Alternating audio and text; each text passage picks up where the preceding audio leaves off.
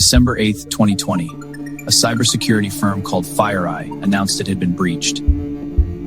While investigating how the attacker got in, they found something else entirely: a backdoor hidden inside a routine software update. Public reporting later tied the campaign to multiple U.S. agencies, including Treasury, Homeland Security, State, Justice, and parts of energy. Most of them had no idea. In this case, the attackers entered through a trusted software update. Their victims had downloaded it themselves and installed it voluntarily.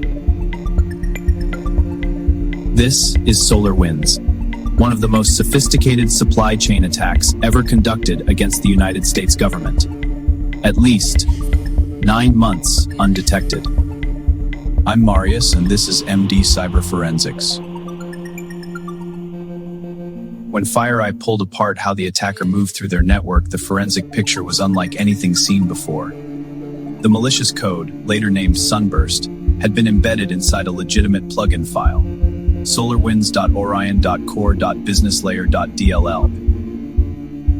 The infected file had been digitally signed by SolarWinds' own certificate, built by SolarWinds' own build system. To every security tool, every scanner, every monitor that checked it, it appeared completely legitimate. Because it was. After installation, SUNBURST waited.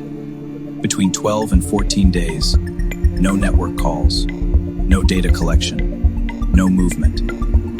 The delay helped the malware avoid drawing attention immediately after installation. The patience strongly suggested a state-linked actor.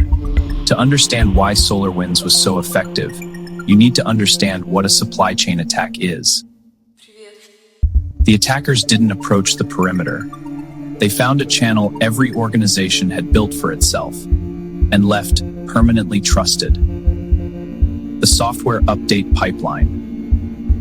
In February 2020, they inserted SUNBURST into the Orion source code, 3,500 lines hidden inside 4,500,000 lines of legitimate software. Not every organization that installed the update was targeted for deeper intrusion. According to CISA, a much smaller subset were selected for follow-on exploitation. For those selected, the attackers used DNS beaconing, disguising malicious traffic as routine DNS queries, communicating back to avevzmcloud.com.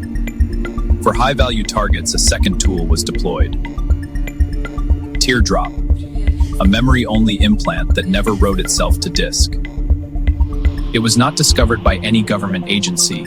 It was discovered accidentally by FireEye while investigating a completely separate incident. But frankly, that anomaly helped uncover a broader intrusion that ultimately led investigators back to the SolarWinds update.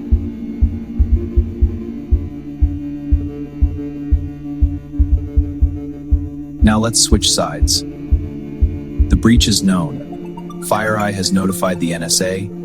CISA has issued an emergency directive. The FBI, NSA, CISA, and the Office of the Director of National Intelligence formed a joint Cyber Unified Coordination Group. The dormancy period, the sandbox detection logic, the DNS beaconing disguise, the memory-only second stage, every characteristic pointed to a state-linked actor. Researchers at Kaspersky identified code similarities between SUNBURST and Kazuar, a malware family previously associated with Russian-linked activity. The researchers were careful to note the overlap was not definitive attribution on its own, but it contributed to the overall forensic picture. In April 2021, the White House formally attributed the SolarWinds campaign to Russia's SVR. So what actually changed? The United States expelled Russian diplomats, imposed sanctions on Russian intelligence-linked entities. Russia denied involvement. No individual has faced criminal charges. No suspect has been extradited. The breach pushed major technology companies to tighten build pipeline and supply chain security. The US government accelerated its shift towards zero-trust architecture. SolarWinds succeeded because of trust. The attackers didn't break that trust. They weaponized it.